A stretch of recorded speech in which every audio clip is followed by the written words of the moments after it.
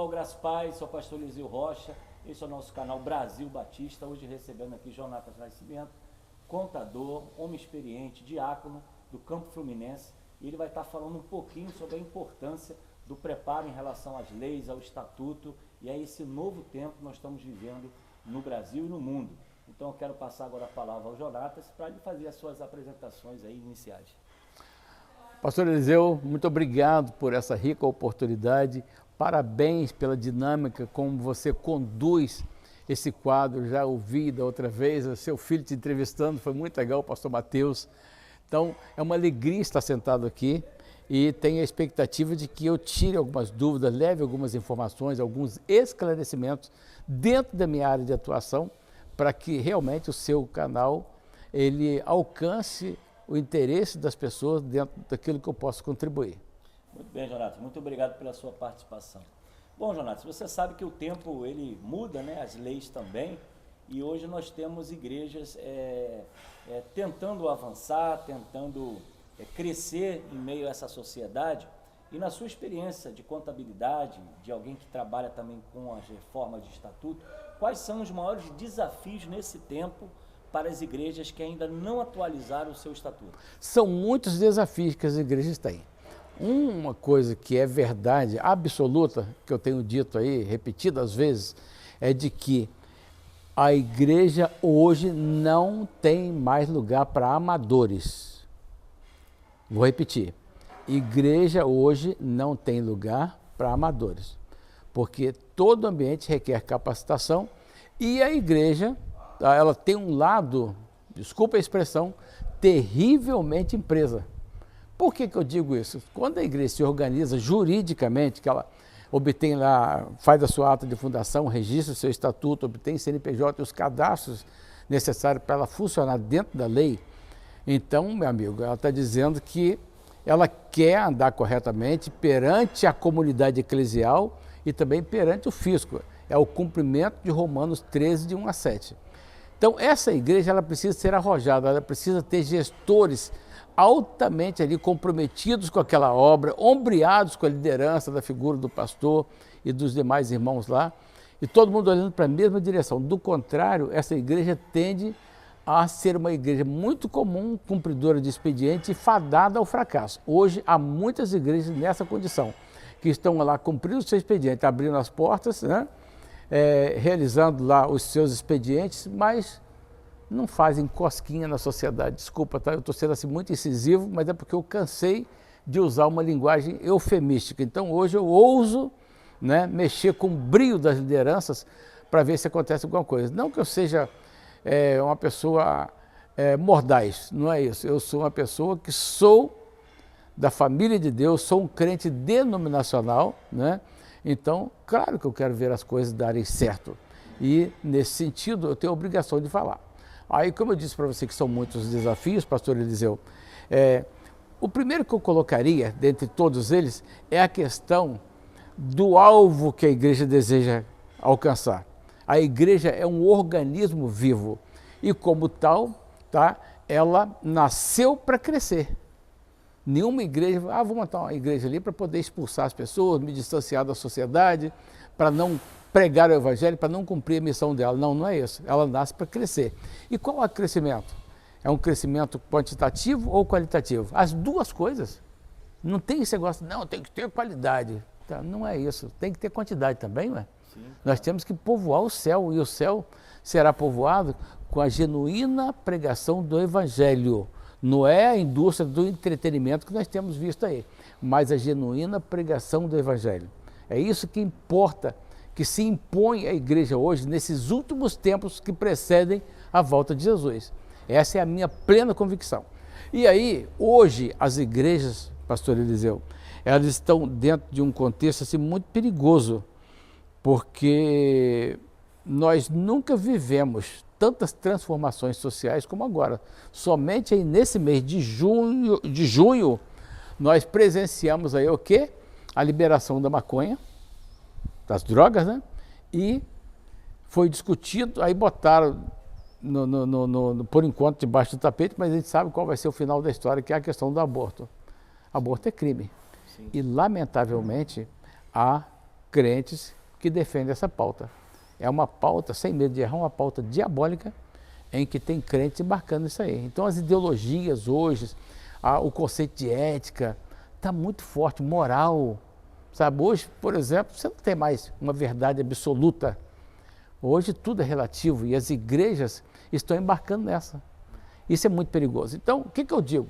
A igreja séria, aquela que quer realmente, sabe, pertencer ao reino de Deus, quer seja como igreja em si, povo reunido, quer seja como instituição religiosa. Essas igrejas têm que procurar fazer a vontade de Deus. E como é que se faz a vontade de Deus, então? Orando e vigiando, sim, nós temos a nossa missão espiritual e nós temos a nossa missão social. E aí, com isso, o que acontece? As igrejas hoje têm que se cercar, de fato, mais do que nunca, contra essas ideologias, contra essa moral corrompida, enfim, e aí partir para dentro. Para quê? Para se blindar contra uma sociedade corrompida, plenamente corrompida. Então, o que eu prego hoje? A igreja hoje, ela tem que ter cuidado até com a Bíblia que ela tem, que ela utiliza, porque uma das razões pelas quais eu sugiro que as igrejas renovem seus estatutos é que vamos partir da Convenção Batista Brasileira, que tem lá a sua declaração doutrinária. É um documento fortíssimo nosso, que ali está estampada, né, as nossas convicções, nossos princípios, não é verdade? Então, lá está dito que os batistas brasileiros aceitamos como única regra de fé e prática a Bíblia Sagrada. Eu tenho 66 anos, cresci num ambiente em que basicamente se lia duas versões e eram muito parecidas. Algumas palavrinhas ali que mudavam, né? Mas eram Bíblias conhecidas. Se permitia fazer uma leitura em uníssono. E agora, quantas versões nós temos? Temos mais de 20, meu amigo. Deixa eu interromper e fazer uma colocação. Pode, por favor. Dentro do estatuto, é possível até registrar a Bíblia e a versão que a igreja passa a adotar? Isso é essencial hoje, porque se você deixar só assim, a única regra, a Bíblia como sendo a única regra de fé e prática, isso é pouco. Por quê? Porque, tendo várias versões, imagine uma Bíblia adulterada na mão de um juiz antirreligioso. Ele vai ler aquela Bíblia e vai eventualmente decidir com base naquela Bíblia. Mas quando você coloca, olha, nós aceitamos como regra de fé a Bíblia Sagrada na versão tal ou na versão tal, e aí o senhor sabe muito bem, isso vai dar uma segurança total para a igreja, porque em tribunais não vai se discutir. Qual é a versão? Essa versão que nós adotamos. Então aquilo ali vira uma verdade para a igreja, é o ponto de partida da igreja, é a convicção da igreja que está definida ali. Não é a Bíblia, por exemplo, dessas novas que estão aí, que tem descaradamente, né, algumas partes suprimidas, né? Outras versões altamente vulneráveis. Você pega, por exemplo, uma versão assim, de acordo com os melhores textos em grego. Pois é. Tradutores e tal. Eu não sei se você pode confiar nisso também, não. É verdade. Você está me entendendo? Então nós estamos num tempo assim, de extrema crise. E aí, por outro lado, pastor, então isso é imprescindível que seja colocado lá. Outra coisa, Jonathan, que a gente precisa pensar, o mundo se tornou bastante tecnológico. Né? Antes do Covid não era muito presencial, né? A igreja se preocupar com transmissão de internet, transmissão de culto, músicas sendo cantadas e enviadas pela rede social. O que você poderia falar sobre essas questões que hoje quase todas as igrejas fazem transmissão de culto, há pessoas sendo expostas com imagem, com foto, com filmagem. Como a igreja pode também se proteger em relação ao direito de imagem daquelas pessoas que estão ali no culto? Essa pergunta é uma das mais relevantes, pastor Eliseu. A igreja preparada, a igreja atenta, não vai ser multada, como foi essa semana. Eu distribuí para a lista de amigos pastores que eu tenho, né, uma determinada igreja que perdeu uma causa na justiça pelo uso indevido da imagem de uma pessoa. Hoje é exatamente assim. Se você transmite os seus cultos pelas mídias sociais, fotografa pessoas ou filma, você tem o dever de respeitar, de observar a Lei Geral de Proteção de Dados. É uma lei relativamente nova. É claro que para as igrejas existem alguns diferenciais, mas o seguro morreu de velho. E hoje o ideal é que a sua igreja, tá, tenha o seguinte procedimento. Coloque cartazes na entrada da igreja, disponha lá no telão online, por todos os meios você informa o seguinte: em observância à Lei Geral de Proteção de Dados, informamos que esta igreja faz transmissão ao vivo ou replicado dos seus cultos e demais atividades. E vai dar um pouquinho de trabalho, mas o que você tem que fazer? Aí vai ficar uma pessoa na portaria lá e vai chegar um visitante, por exemplo. O visitante vai tomar conhecimento daquela informação e pode ser que o visitante diga assim: olha, eu vim aqui para cultuar a Deus, mas eu não gostaria de ser exposto diante de uma câmera me filmando ou uma mera fotografia. O que o recepcionista vai falar? Então vai embora, aqui não é seu lugar. Vai falar isso? Não, não vai. Nesse caso, a igreja deverá separar um espaço onde refúgio, ele vai ter de refúgio, onde as câmeras não chegam e aí ele está preservado. A imagem dele está preservada. Porque a Lei Geral de Proteção de Dados, ela é muito rigorosa e ela nos convida a ter um comportamento mais profissional e mais ético também. Você não tem o direito de sair expondo a imagem de quem quer que seja por aí, né? De ninguém. Em relação ao estatuto, Jonatas, é uma dúvida. O estatuto pode ter também informação de que a igreja usa a imagem, filmagem sem fim lucrativo? A igreja atenta, ela coloca isso no estatuto, vai colocar um artigo especial lá no estatuto. Eu tenho já essa redação e é uma coisa nova que cada dia a gente vai ter novas reflexões. A semana eu tive, por exemplo, uma bem bacana que é muito útil, mas com relação a essas questões, eu diria não só a LGPD, mas a igreja atenta, antenada, bem orientada. Eu, particularmente, com toda humildade, né, eu tenho aprendido, tenho concebido do Senhor essas reflexões para poder ajudar as igrejas. Então você pega lá não somente a LGPD, mas pega também, por exemplo, o Estatuto da Criança e do Adolescente, do Idoso. Você pega aí a questão do ECAD, que trata dos direitos autorais, você pega o Estatuto da Cidade. Então você pega esses diplomas legais que fazem parte do ordenamento jurídico pátrio e você coloca lá, esta igreja, isso gera um valor social muito grande. Você coloca assim, esta igreja, ela respeita e observa no que couber a Lei Geral de Proteção de Dados, o Estatuto da Criança e do Adolescente, o Estatuto do Idoso, o Estatuto da Cidade. E vai colocando esse diploma. Até o Direito Universal dos Direitos do Homem, você pode colocar lá. Isso gera um valor social. Poxa, que alguém lendo o Estatuto dessa natureza vai falar, poxa, aquela igreja, olha só, com o que ela se preocupou? Eu nunca tinha visto isso antes, então significa dizer que eu posso dar tranquilo. E se você me permite, como eu não sei ficar sem anedota, eu posso contar um caos para você. Você acredita que a igreja é frequentada, a sua igreja é frequentada por crianças arteiras? Sim. Adolescentes arteiros? Sim. Você acredita que o banheiro da sua igreja é frequentado por aquelas crianças peraltas lá que também frequentam os banheiros das escolas? E você sabe que as escolas têm lá aquelas maldades que os garotos maiores fazem com os menores? Então isso é possível acontecer na igreja. Sim. Então a igreja tem um dever de ser a guardiã da segurança de todo mundo que entra ali naquele tempo. O que ela tem que fazer então? Plantar gente adulta na porta do banheiro masculino, na porta do banheiro feminino e fazer valer a sua posição ali para poder se impor e não deixar ninguém fazer bagunça. Aí entra uma brincadeira, a questão de bullying na escola, né? Era aonde eu queria chegar, bullying na igreja. Aí dizem que um determinado domingo, né, a igreja estava cheia, o culto estava transcorrendo, o pastor pregando lá, e chega um senhor assim, muito agitado, dizendo assim, eu quero falar com o pastor. E a pessoa que recebeu, ele falou, olha, o pastor está pregando agora, ele não pode atender o senhor. Mas eu posso ajudar o senhor? Não sei se você vai poder me ajudar, mas eu quero falar com o pastor, porque o meu filho sofreu bullying aqui na igreja. Aí, mas espera um pouquinho que eu vou resolver o problema. Calma, muita calma, porque eu vou resolver o problema do senhor. Me fala pelo menos como é que é o seu filho. Ah, é aquele que tem cara de jaca. Então, quer dizer, o próprio indivíduo não soube se posicionar e tal. Isso acontece.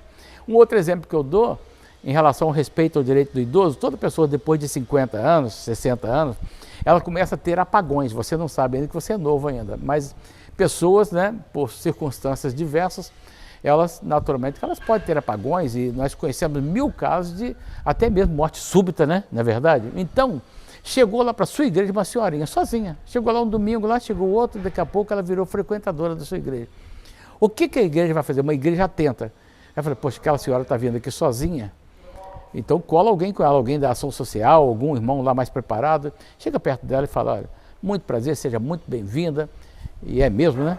Então, mas eu estou percebendo que a senhora está vindo sozinha, a senhora tem mais de 50 anos, a senhora toma algum remédio controlado?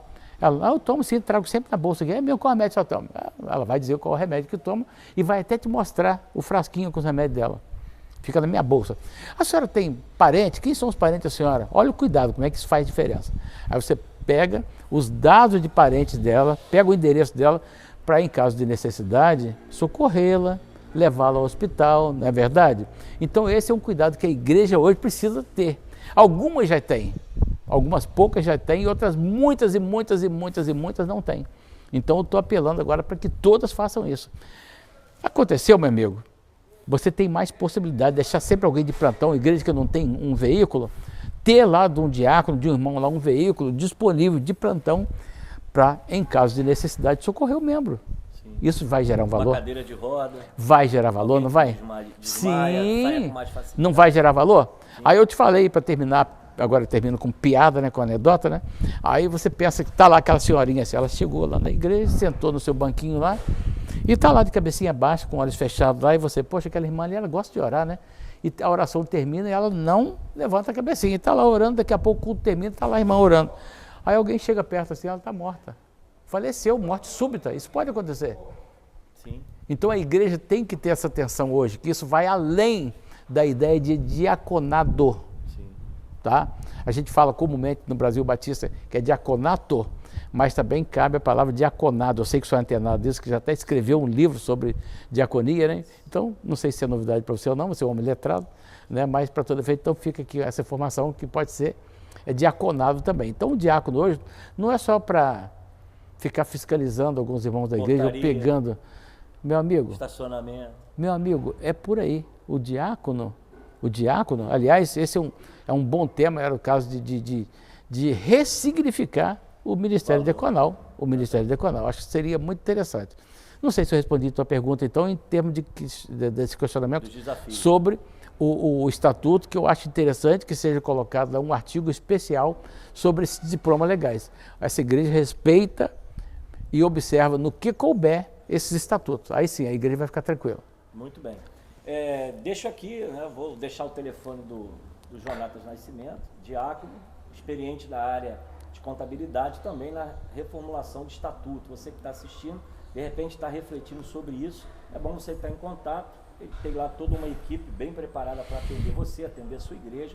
E eu acho que nós estamos aí com um momento especial, mudança de cultura, mudança de leis, e a igreja precisa se preparar sobre isso. Então nós vamos terminar esse programa, deixo as palavras finais para o Jonatas, para ele se despedir aqui, fazer algumas considerações, e brevemente nós teremos mais informações aqui no nosso canal Brasil Batista, com a intenção de divulgar o trabalho das igrejas e também aquilo que o mundo batista tem feito no nosso país. Jonatas. Gratidão ao senhor novamente, reiterando aqui minha palavra de agradecimento pela oportunidade, né, desse canal tão bacana que está nascendo aí, né? E acho que falei muito rápido, porque é muita coisa a falar, né, em pouco tempo. Mas, assim, o que eu falei, eu gostaria muito de ter a sua resposta, no sentido de que você possa agir, né, colocar a sua igreja blindada contra tudo que eu falei aqui, e você depois se lembrar, de repente, agradecer o pastor Eliseu, agradecer a mim, né, por ter te ajudado a proteger a sua igreja. Tá? Um forte abraço. O meu telefone vai aparecer na tela, né? Isso, mas assim, o WhatsApp, de preferência, use o WhatsApp que você não vai se arrepender. Você corre o risco de ser atendido, tá? O meu WhatsApp é 21 99247 1227. Hoje eu atendo o Brasil todo e terei muito prazer de atender a você também, que nos ouve aqui, que nos prestigia com a sua audiência. Um abraço e quero dizer assim, para você que lida, né, nessa área, nesses espaços eclesiásticos, eu tiro o chapéu, tá? Abraço. É isso aí, pessoal. Eu sempre carrego uma frase que eu não esqueço. Quem se antecipa, governa. Então se prepara para as mudanças, mas a mudança tem que começar agora. Valeu? Taca o dedo no joinha, se inscreve no canal, compartilha o canal Brasil Batista e brevemente teremos mais informações para você. Valeu, pessoal.